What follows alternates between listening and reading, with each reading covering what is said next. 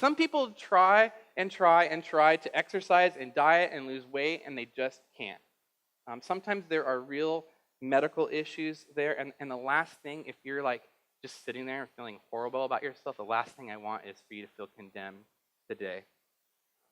Others of you, you've been lazy with the body that God has given you, and I want you to hear that exercise is a good, godly thing.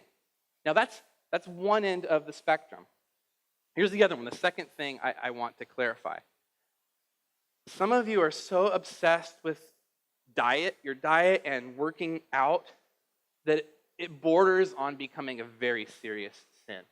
Let me read from Romans 1:20-23. It says this: For God's invisible attributes, namely his eternal power and divine nature, have been clearly perceived ever since the creation of the world and the things that have been made, so they and we are without excuse.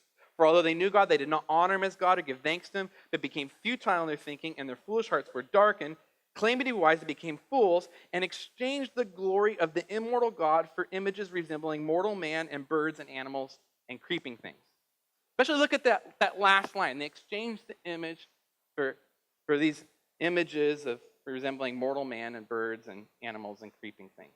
But what it's saying is that, people in Bible times, they recognized that there was an existence of God, but then they sculpted these physical gods, these idols that they worshipped, which actually goes against the second of the Ten Commandments, that you shall have no graven or carved images.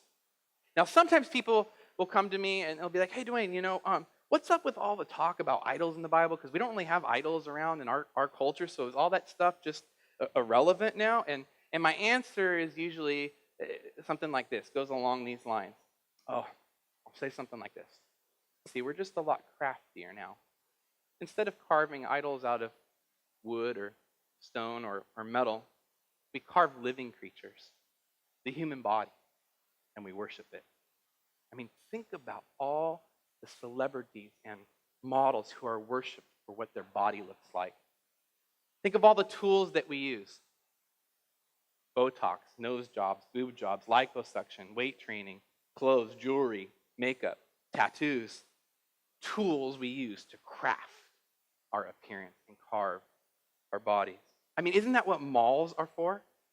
You go to stores so you can spend money crafting your appearance. Now, don't hear me wrong.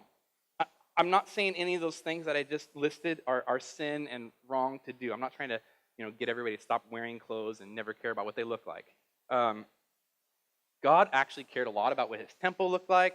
Heaven is described with beautiful detail. Beauty is a big thing in the Bible. What I'm saying here, or what I want to say, is that your motive matters. So here's what 1 Samuel 16:7 says. The Lord sees not as man sees. The man looks on the outward appearance, but the Lord looks at the heart. Just make sure, here's what I'm saying. Just make sure you care more about your heart for God than what your body looks like. Care more about your heart for God than what your body looks like. Make sense? Don't forget the body. God made us with bodies. They are a gift. Bodily training is of value. Don't take it too far to the point where your body becomes your God.